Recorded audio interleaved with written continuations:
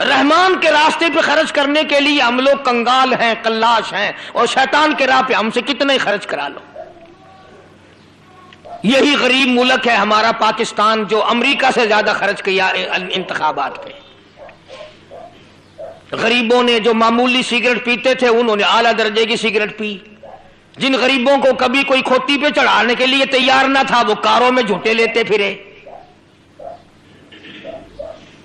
بڑے روزگار بنے، کپڑا لکھنے والوں کے، پریس والوں کے، اشتہار لگانے والوں کے، پوسٹر لگانے والوں کے، سوٹے لے کے ساتھ ساتھ پھرنے والوں کے بڑی روزی اللہ نے کھول لی غریبوں۔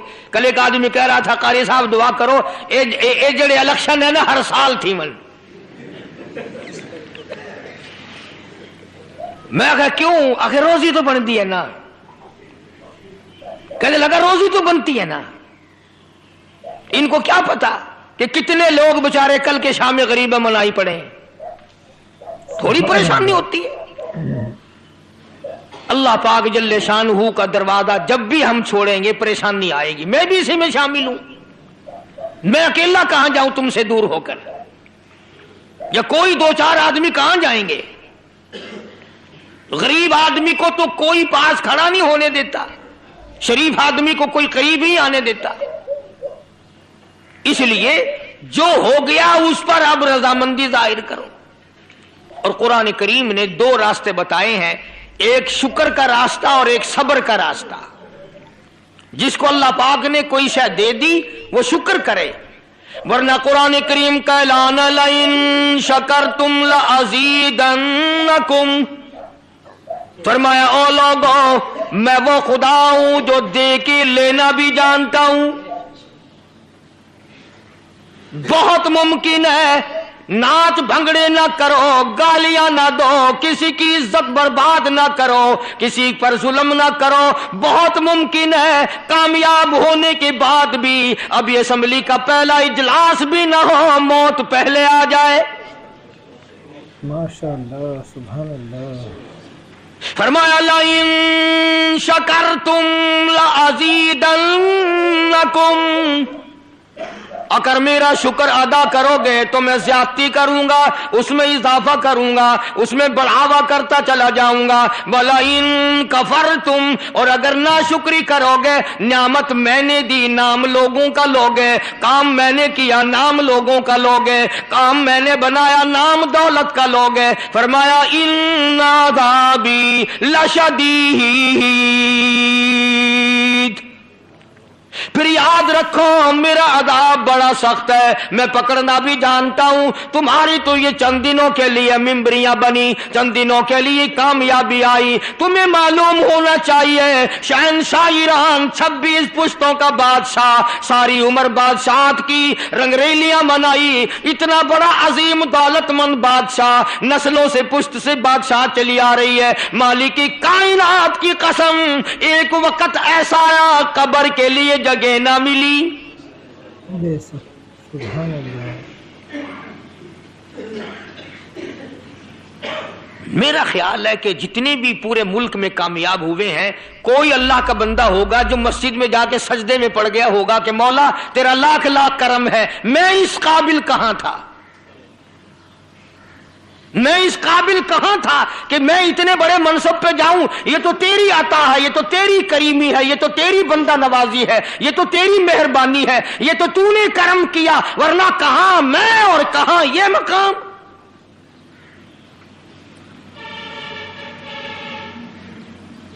اور ساری وجہ یہ ہے کہ ہمارے دل و دماغ میں اللہ سبحانہ و تعالیٰ کی قدرت کا تصور نہیں، اللہ کی ذات پر ہمارا اعتماد نہیں، وثوق نہیں۔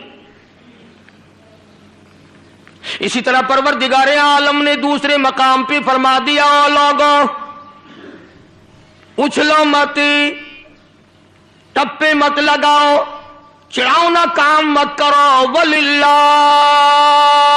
الْعِزَّةُ وَلِرَسُولِهِ، بے شک وَلِلَّهِ الْعِزَّةُ وَلِرَسُولِهِ، عزت اللہ سبحانہ و تعالیٰ کے لیے ہے، اس کے رسول کے لیے ہے۔ فرمایا اللہ اکبر کبیرہ، او میرے بندے بڑا میں ہوں، الکبر ردائی، بڑائی میری چادر ہے، میری چادر اتار کر کھینچنے کی کوشش نہ کرو، برباد کر دوں گا۔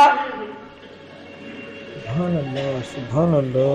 بڑا میں ہوں، مالک میں ہوں، خالق میں ہوں، حاکم اعلیٰ میں ہوں، میری قبض قدرت سے باہر تم کہاں جا سکتے ہو؟ فرمایا وَلِلَّهِ الْعِزَّةُ وَلِرَسُولِهِ وَلِلْمُؤْمِنِينَ، مومنین کے لیے عزت ہے، اللہ کے لیے عزت ہے، اس کے رسول کے لیے عزت ہے، وَلَٰكِنَّ الْمُنَافِقِينَ لَا يَعْلَمُونَ۔ اللہ پاک نے فرما دیا منافق لوگ میری ذات کو نہیں جانتے، میری دی ہوئی عزت کو نہیں جانتے، جس کو میں عطا کر دوں روکنے ٹوکنے والا کوئی نہیں۔ بے شک سبحان اللہ۔ اولاد ملے، مال ملے، اللہ تعالیٰ کوئی منصب یا مقام عطا کرے، اللہ پاک جل شانہ کا شکر بجا لاوے، شکر ادا کرے، مولا میں اس قابل کہاں تھا، یہ تو تیری کریمی ہوئی۔ اور قرآن کریم نے اس کی بھی رہنمائی فرمائی جو رہ گیا، باوجود اپنے پاپڑ بیلنے کے، اپنی پوری کوشش کرنے کے، پھر بھی رہ گیا، تو فرمایا ان اللہ مع الصابرین، گھبرانا میں صبر والوں کے ساتھ ہوں۔ صبر کے ساتھ، آرام سکون کے ساتھ نب جائے تو کتنی اچھی بات ہے، کتنا ولولہ، کتنا جذبہ پیدا ہوگا ایک دوسرے میں۔ افتراق کی بات کرنا، جھگڑے کی بات پیدا کرنا، شرارت کی بات پیدا کرنا، قرآن کریم نے اور حدیث پاک میں رسول کریم صلی اللہ علیہ وسلم نے اس کو منع فرمایا۔ خدا جانتا ہے مسلمان کی طرف مارنا تو مارنا، ہتھیار، کلاڑی، تلوار، نیزہ، بھالا، گولی، بندوق یوں اٹھا کر اشارہ کرنا بھی قیامت میں بڑا مہنگا پڑے گا۔ سبحان اللہ سبحان اللہ۔ قیامت کے دن اللہ سبحانہ و تعالیٰ کی عدالت میں بہت مہنگا پڑے گا۔ اور آج لوگ دوسروں کی عزتوں سے کھیلتے ہیں۔ آؤ میرے ذہن میں بات آئی، میں عرض کر دوں، جناب مدنی کریم صلی اللہ تعالی علیہ وسلم بیت اللہ میں کھڑے ہیں، حرم محترم میں کھڑے ہیں، بیت اللہ شریف میں کھڑے ہیں، پروردگار عالم کے محبوب حضرت رسول کریم صلی اللہ تعالی علیہ وسلم، توجہ کے ساتھ سنو اور پلے باندھ کے لے جاؤ، خانہ کعبہ بیت اللہ کی طرف اللہ کے نبی نے اشارہ کر کے فرمایا، او کعبہ، او بیت اللہ، میں جانتا ہوں تو خدا کا گھر ہے، میں جانتا ہوں کہ تو اللہ کا گھر ہے، مجھے معلوم ہے کہ تو میرے رب کا گھر ہے، مگر اے کعبہ تجھے کوئی 100 مرتبہ توڑے اور 100 مرتبہ بنائے، مجھے اتنا دکھ نہیں ہوتا جتنا کہ ایک آدمی کی عزت اتارنے سے مجھے دکھ ہوتا ہے۔ بے شک بے شک سبحان اللہ۔ اس نبی کا فرمان ہے جس کا امتی بنا پھرتا ہے، اس نبی کا ارشاد ہے جس کا کلمہ پڑھتا ہے، اس نبی کا ارشاد ہے جس کی شفاعت کے بغیر تیری گزر نہیں ہوگی، اس نبی کا فرمان ہے جس ذات کی سفارش کے بغیر تیرا قیامت میں کام نہیں چلے گا، عدالت خداوندی میں تیرا کام نہیں چلے گا۔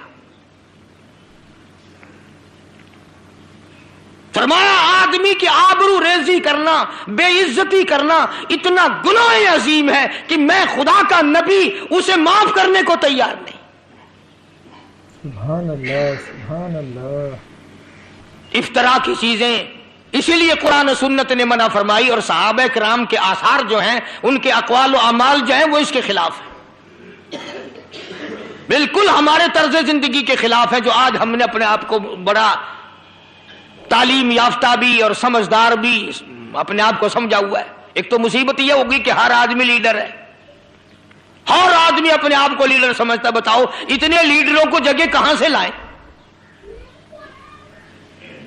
حضرات صحابہ کرام میں تقوی چلتا تھا، پرہیزگاری چلتی تھی۔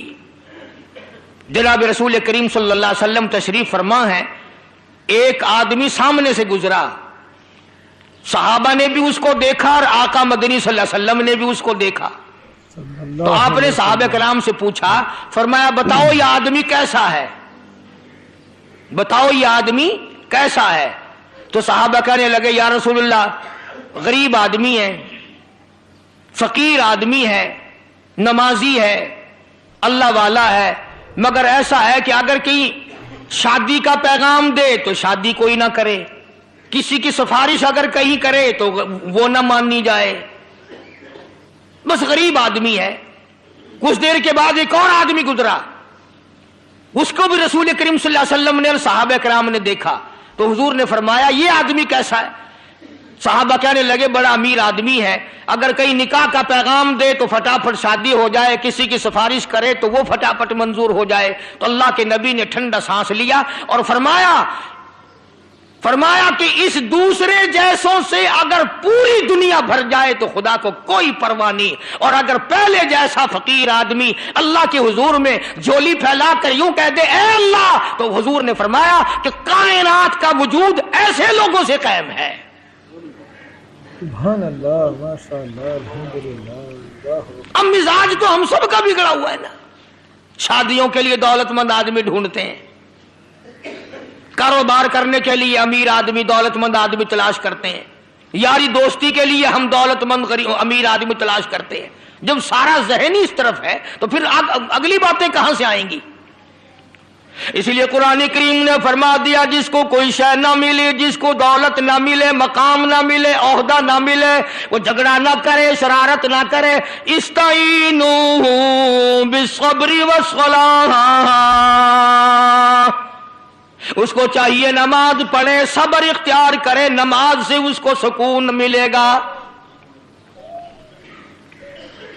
اب میرے خیال میں جتنے ہارنے والے لوگ ہیں ایک بھی مسجد میں نہیں گیا ہوگا، اسپتال تو پہنچ گئے ہوں گے یا گھر میں لمبے پڑے ہوں گے، مسجد میں جانا بڑا مشکل۔ اس دن میں مسجد کون جائے؟ اور اصل تو جتنے کھڑے ہوتے ہیں ان میں مسجد والا ہوتا ہی نہیں۔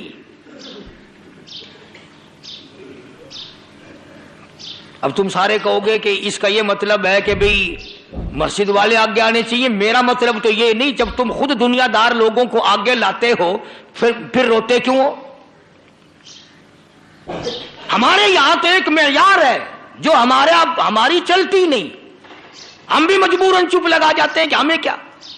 ورنہ سیدنا امام حسین رضی اللہ تعالی عنہ نے جو کردار دکھایا، جو وقت پر نمونہ بن کے دکھلایا، کہ اتنا بڑا صبر کر کے دکھلایا، میرا دل کرتا ہے کہ میں ہر وقت یوں کہا کروں حسین صابر، حسین صابر رضی اللہ تعالی عنہ۔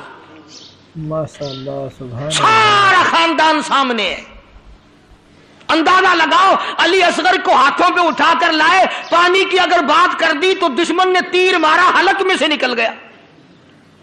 کتنا دل دکھا ہوگا سیدنا امام حسین رضی اللہ تعالیٰ عنہ کا۔ قاسم ابن حسن کی لاش اور تمام بھتیجوں کی اور بیٹوں کی لاشیں خیمے کے چاروں طرف ہیں، مگر میں قسم کھاتا ہوں جب تک روح پرواز نہیں کر گئی حسین کی ایک نماز قضا نہیں ہوئی۔ ایسے وقت میں جبکہ سارا خاندان سامنے ہے، اور صرف حسین کی نہیں، میں تو اس پر بھی قسم کھاتا ہوں کہ پیغمبر کی بیٹی کی بیٹیاں سیدہ زینب کی نماز قضا نہیں ہوئی، سیدہ سکینہ کی نماز قضا نہیں ہوئی، سیدہ سغرا کی نماز قضا نہیں ہوئی۔ اور خدا کے بندو، پیغمبر کے گھر والوں نے سارا خاندان ذبح ہوا دیکھ کر نماز قضا نہ کی، اور آج ہم لمبے پڑے ہیں نمازیں نہیں پڑھتے۔ سبحان اللہ، ماشاء اللہ۔ جو کامیاب ہو گئے وہ ویسے چادر تان کے پڑ گئے کہ چلو کامیاب ہو گئے، اب سو کئی دن کا لمبا سونا سو۔ اب تو فرمایا استعینوا بالصبر والصلاۃ، صبر کا دامن پکڑو، صبر کرو، پھر کبھی اللہ موقع دے گا۔ نماز ادا کرو، صبر کرو، ان اللہ مع الصابرین۔ اللہ پاک فرماتے ہیں میں صبر کرنے والوں کا ساتھی، میں صبر والوں کے ساتھ ہوں۔ اللہ پاک نے جو فیصلہ کر دیا اس پہ راضی ہونے والا ہوں۔ سیدنا حسین رضی اللہ تعالی عنہ نے اس وقت میں خدا کا قرآن نہ چھوڑا، علماء کرام نے لکھا ہے کہ سارا خاندان شہید ہو چکا تھا، اکیلے حسین تنہا موجود رہ گئے، اس وقت بھی زبان خدا کے قرآن کے تلاوت میں لگی ہوئی تھی۔ اور ہم اب بھی ناز کرتے ہیں الحمدللہ، دعا ہے اللہ کرے قرآن کی تلاوت کرتے کرتے موت آ جائے۔ تمہارا کام تو ایک دن قرآن کریم ختم کرا کے چل جاتا ہے، تم نیک لوگ ہو، ایک دن قرآن پڑھوائے تمہارا کام تو اسی میں چل جاتا ہے، مگر ہمارا نہیں چلتا نظر آتا۔ اس لیے کوشش کرتے ہیں کہ جب دم واپسی ہو، ادھر دم نکلے ادھر زبان میری ہو، کلام تیرا ہو، روح میری ہو، حکم تیرا ہو، قبر بلاوا تیرا ہو اور آنا ذمے میرے لگا ہو۔ میں جب تیرے دربار میں پیش ہوں، زبان ہو تیرا قرآن ہو، میری زبان ہو تیرے محبوب پہ درود پاک ہو، میری زبان ہو کلمہ تیرا ہو، اس حالت میں آنا ہو تو مزہ آ جائے۔ ماشاءاللہ، سبحان اللہ۔ حضرات صحابہ کرام رضوان اللہ تعالی علیہم اجمعین کی پوری جماعت نے اسی بات کو نہ چھوڑا، قرآن پہ راضی تھے صحابہ، حضور کے فرمان پہ راضی تھے صحابہ۔ خدا کی قسم اتنی قدر کی ہے صحابہ نے حضور صلی اللہ علیہ وسلم کی کہ زمین کے اوپر آسمان کے نیچے کوئی دوسری قوم کر کے دکھا نہیں سکتی، کوئی دوسری قوم کر کے نہیں دکھلا سکتی، چاہے کتنی نیک کیوں نہ بنے پھرتے ہوں۔ آپ صلی اللہ علیہ وسلم کو تکلیف ہوئی، اس زمانے میں بھی، اب تک پرانے زمانے میں بھی سینگیاں لگوانے کا دستور تھا، تو آپ صلی اللہ علیہ وسلم نے سینگیاں لگوائیں اور ایک برتن میں خون جمع فرمایا، ایک برتن میں لہو جمع فرما لیا، اکٹھا کر لیا جو سینگیوں میں نکلا۔ عبداللہ بن زبیر رضی اللہ تعالیٰ عنہ، سیدہ اسماء بنت ابو بکر رضی اللہ تعالیٰ عنہ کا صاحبزادہ، حضور کا سگا بانجا، حضور کی سالی کا لخت جگر، اسماء بنت ابو بکر کا نور نظر، عبداللہ بن زبیر حضور کی خدمت میں موجود ہے۔ آپ نے فرمایا عبداللہ جی یا رسول اللہ یہ خون لے جا، ایسی جگہ پھینک کے آنا، ایسی جگہ ڈال کے آنا جہاں کسی کا پیر نہ پڑے۔ سبحان اللہ، سبحان اللہ۔ بے ادبی سے بچانا۔ میں امام الانبیاء محبوب کبریا حضرت محمد مصطفیٰ صلی اللہ تعالی علیہ وسلم کا لہو ہے، میں نبی کا خون ہے، اس کا ادب کرنا، کئی ایسی جگہ مت ڈالنا جہاں کسی کا پیر آ جائے۔ عبداللہ بن زبیر رضی اللہ تعالیٰ عنہ وہ برتن لے کر روانہ ہو گئے، دیوار کے پیچھے گئے، دیوار کے پیچھے جا کر منہ لگا کر وہ خون پی لیا، واپس آ گئے۔ آپ نے سوچا کہ ابھی تو یہ گیا تھا، اتنی جلدی واپس آ گیا، یہ کہاں ڈال کے آیا ہے، یہ کہاں خون کو ڈال کے اتنی جلدی واپس آ گیا، یہ کہیں ایسی جگہ نہ ڈال کر آیا ہو جہاں بے ادبی کا احتمال ہو، بے ادبی کا مقام ہو۔ فرمایا عبداللہ کس جگہ ڈال کے آئے ہو خون؟ کہیں ایسی جگہ تو پھینک کے نہیں آیا جہاں کسی کا پیر آ جائے، کہیں ایسی جگہ تو ڈال کے نہیں آیا جہاں بے ادبی ہو جائے۔ میں کالی کملی والے کا خون ہے، میں کالی کملی والے کا لہو تھا، تم ایسی جگہ تو ڈال کر نہیں آئے۔ عبداللہ بن زبیر رضی اللہ تعالیٰ عنہ کہتے ہیں کالی کملی والے میں ایسی جگہ ڈال کے آیا، میں ایسی جگہ پھینک کے آیا، میں نے اس خون کو ایسی جگہ ٹھکانہ لگا دیا جہاں کسی کا پیر تو کیا نظر بھی نہ پڑے گی۔ ایسی جگہ میں نے اسے ڈال دیا جہاں کسی کی نگاہ بھی نہ پڑے گی، جہاں کسی کی نظر بھی نہ پڑے گی، جہاں کسی کا ہاتھ بھی نہ لگے گا، پیر تو کیا ہاتھ نہ جائے، پیر تو کیا نگاہ نہ پڑے، پیر تو کیا نظر نہ پڑے۔ آپ نے فرمایا او عبداللہ مجھے سمجھا کیا کیا، کدھر کیا، میرا خون لے کے گیا تھا۔ عرض کر دیا کالی کملی والے میں نے تو یہ سوچا امام الانبیاء کا خون زمین پہ پھینک دو کیوں، میں نے تو منہ لگا کر پی لیا۔ بے شک، سبحان اللہ۔ اتنا ادب تھا صحابہ کے دلوں میں، آج ہمارے یہاں قرآن کا ادب نہیں، اشتہاروں میں، اخباروں میں نصر من اللہ فتح قریب، قرآن آیتیں کتنی لکھی ہوئی پیروں میں رل رہی ہیں، گاڑیوں کے نیچے آ رہی ہیں، سائیکلوں کے نیچے آ رہی ہیں، گدے گھوڑوں کے پیروں میں نہیں آ رہے. کبھی کسی نے سوچا کہ اگر قرآن کی بے ادبی ہوئی تو قرآن کا مالک ناراض نہ ہوگا؟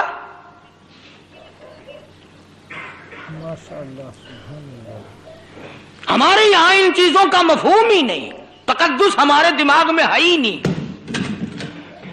ہم کچھ اور ہی سوچ سوچ کر اپنی ساری زندگی ختم کر دیتے ہیں، جس کے لیے پالیسی کوئی نہیں، پروگرام کوئی نہیں، نصب العین کوئی نہیں. ساری زندگی یوں ہی اپنا ہماری چل جاتی ہے، ختم ہو جاتی ہے.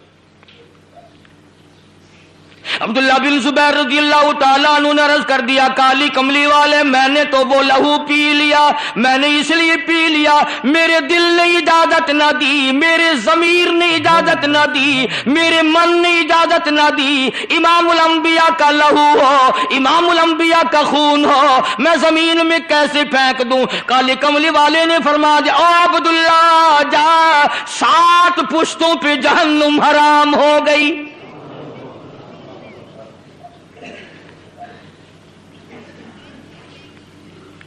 ان لوگوں کے یہاں تو کامیابی اسے کہا جاتا تھا.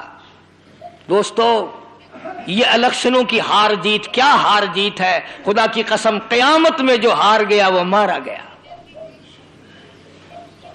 آپ صلی اللہ علیہ وسلم نے صحابہ کرام سے خطاب کرتے ہوئے فرمایا، بتاؤ غریب کون ہے؟ آپ نے پوچھا غریب کون ہے؟ صحابہ نے عرض کیا، یا رسول اللہ صلی اللہ علیہ وسلم، غریب وہ جس کے پلے پیسے نہیں. فرمایا نہیں، وہ کیا غریب ہے، اپنی گزر تو کر ہی لیتا ہے نا. پھر صحابہ کرام نے عرض کیا کہ آپ فرمائیں غریب کون ہے؟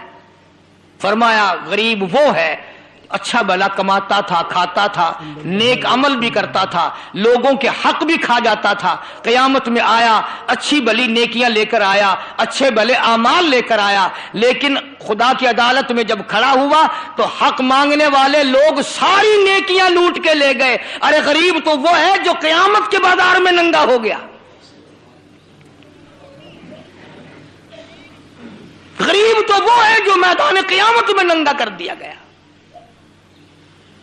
اب آپ کو کیا معلوم ہے کہ کامیاب ہونے والے حضرات کے ذمے کتنی بڑی ذمہ داری پڑی؟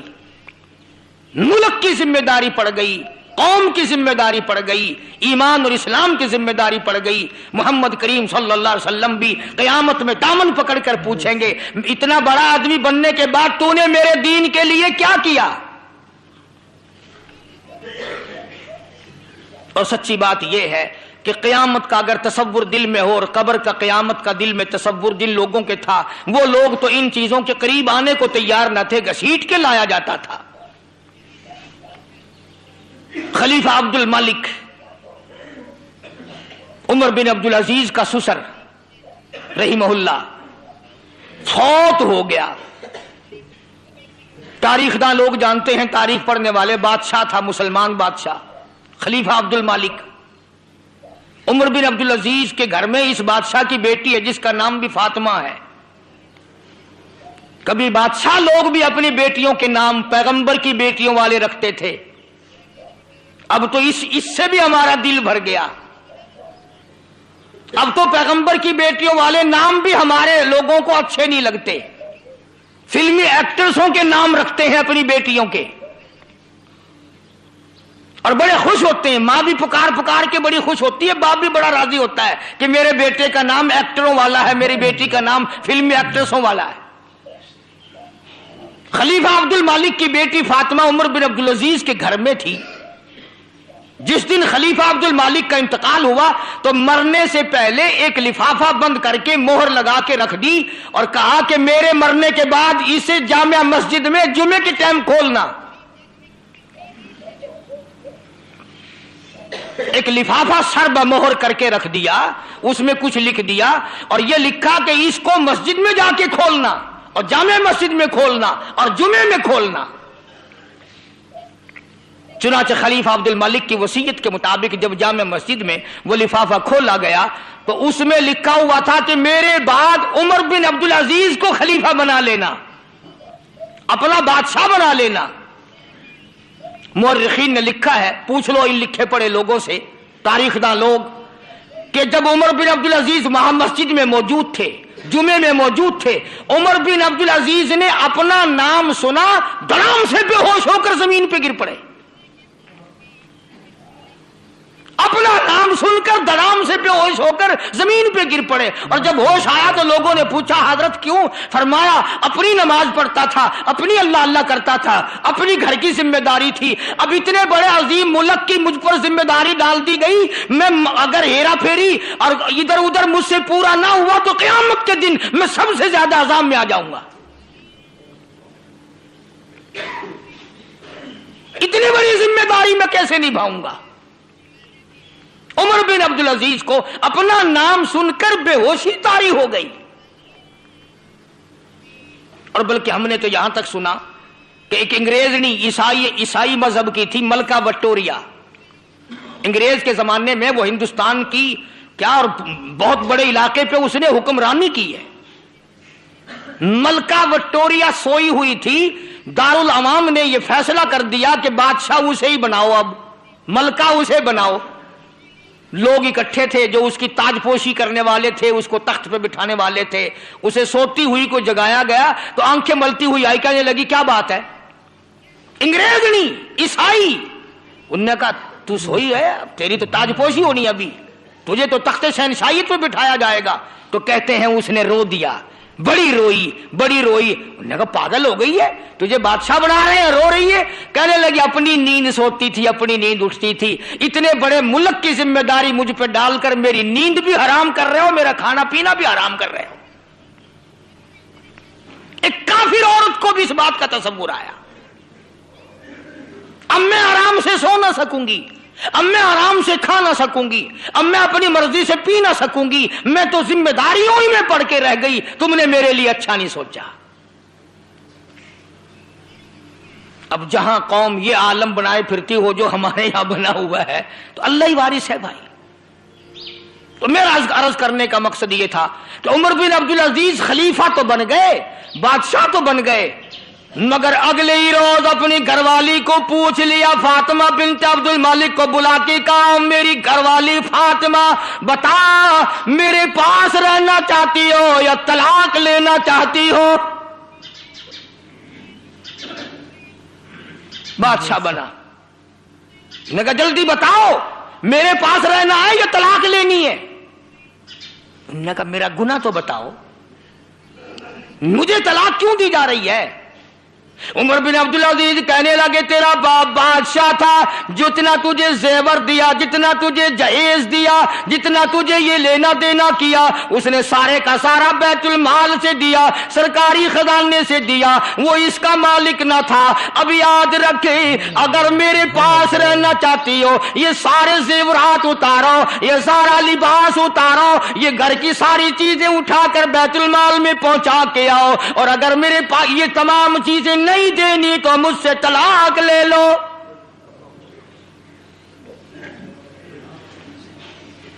اگر یہ چیزیں واپس نہیں کرنی، مستقل کیسٹ ہے میری تقریباً بیری والی مسجد کی، عمر بن عبدالعزیز کے عنوان پر، آپ نے سن کے نہیں دیکھی. اتنا اللہ والا آدمی بادشاہ ہو کر اتنا اللہ والا آدمی تھا. عمر ثانی مورخین نے لکھا ہے کہ دوسرا عمر آیا تھا یہ دنیا میں. ساری زندگی میں ایک دن تہجد کی نماز قضا نہیں ہوئی. بے شک سبحان اللہ. اور کسی دشمن نے اپنے ایک غلام کو پیسے دے کر عمر بن عبدالعزیز کو زہر دلوا دیا، اور آپ کو پتہ بھی لگ گیا کہ اس آدمی نے زہر دیا.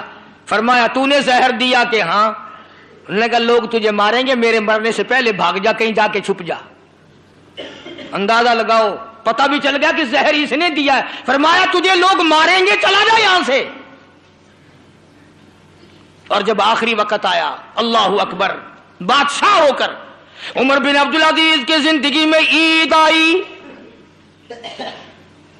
وہ فاطمہ بھی فاطمہ ہی تھی نا، شہزادی بھی شہزادی تھی، ورنہ کہتی جا جوانی گزر گئی، اچھے خاصے بچے ہیں، تو مولوی بنا بیٹھا رہا، تو ولی بنا بیٹھا رہا، میں اپنا زیور، اپنا لباس، اپنے گھر کا دھندا اٹھا کر بیت المال میں کیوں پھینک دوں؟ میں تو سارا کچھ رکھوں گی، اگر آپ نہیں رکھتے تو نہ رکھو، میرے پاس بچے کوئی تھوڑے ہیں.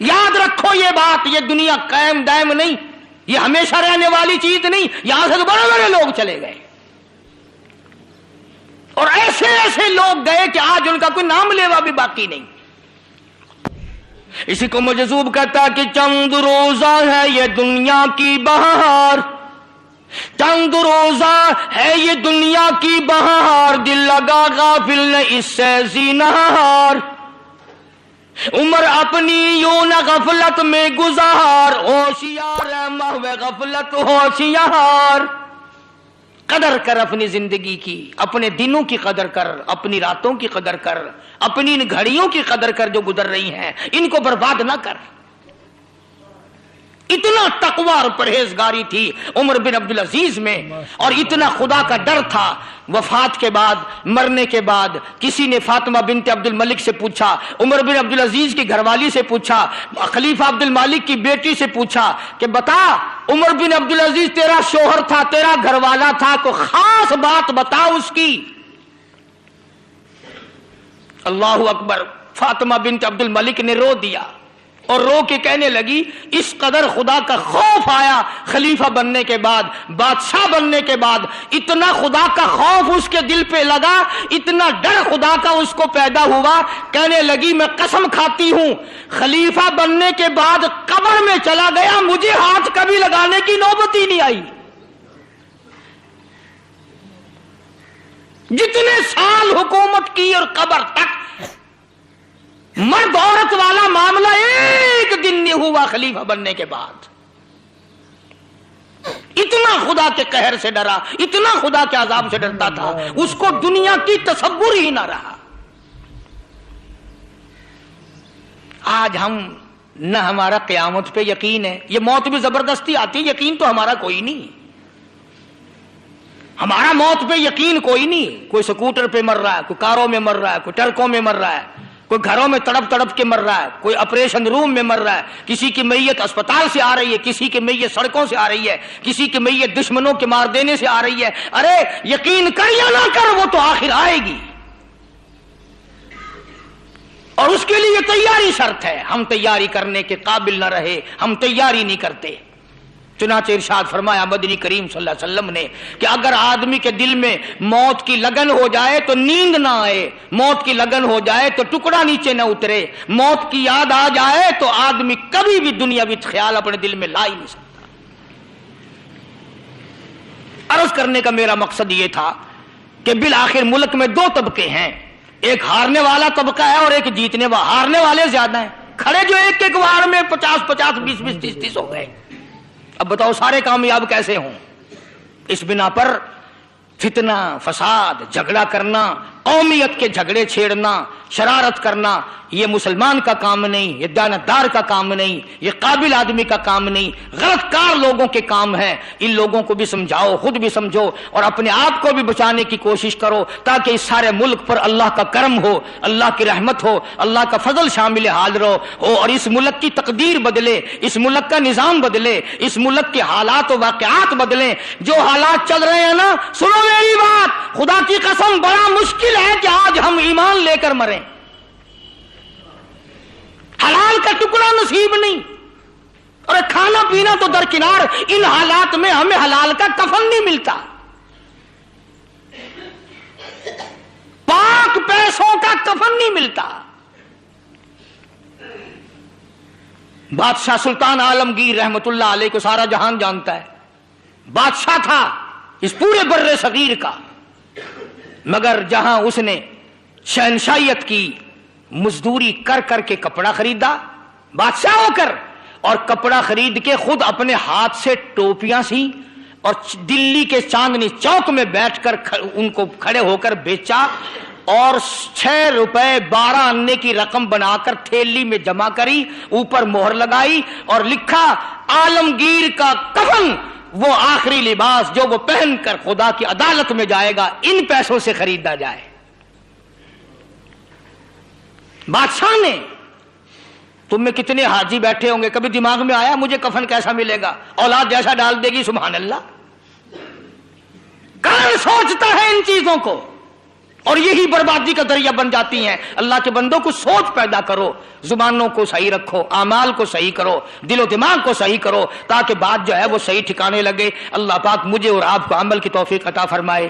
انشاءاللہ آئندہ جمعے کو آپ لوگ لیٹ آتے ہیں، جناب صدیق اکبر رضی اللہ تعالی عنہ کے موضوع پر شروع کیا جائے گا، تاکہ پیغمبر کے جانشین خلیفۃ المسلمین جناب صدیق اکبر رضی اللہ تعالی عنہ کے حالات زندگی تمام کے تمام کانوں میں پڑ جائیں۔ بہت ممکن ہے کہ نجات کا ذریعہ بن جائے۔ اللہ عمل کی توفیق عطا فرمائے۔ وآخر دعوانا الحمدللہ رب العالمین۔ اللہم صلی وسلم وبارک علی سیدنا و مولانا محمد النبی الامی الہاشمی وعلی آلہ واصحابہ برۃ الکرام۔ یا اللہ ہم سب پہ کرم فرما، یا اللہ ہم سب پہ فضل فرما۔ ماشاء اللہ، سبحان اللہ۔ تو دوستو کیسا لگا حضرت قاری حنی ملتانی صاحب کا آپ کو یہ بیان اگر آپ کو اچھا لگا تو ہمارے اس ویڈیو کو لائک اور چینل کو سبسکرائب ضرور کرے اور اپنے دوستوں رشتہ داروں میں شیئر ضرور کرے۔ تو آئیے دوستوں ملتے ہیں کل پھر ایک نئی ویڈیو کے ساتھ۔ تو آئیے دوستوں ملتے ہیں اگلی ویڈیو میں اگلے بیان کے ساتھ، تب تک کے لیے خدا حافظ۔ السلام علیکم ورحمۃ اللہ وبرکاتہ۔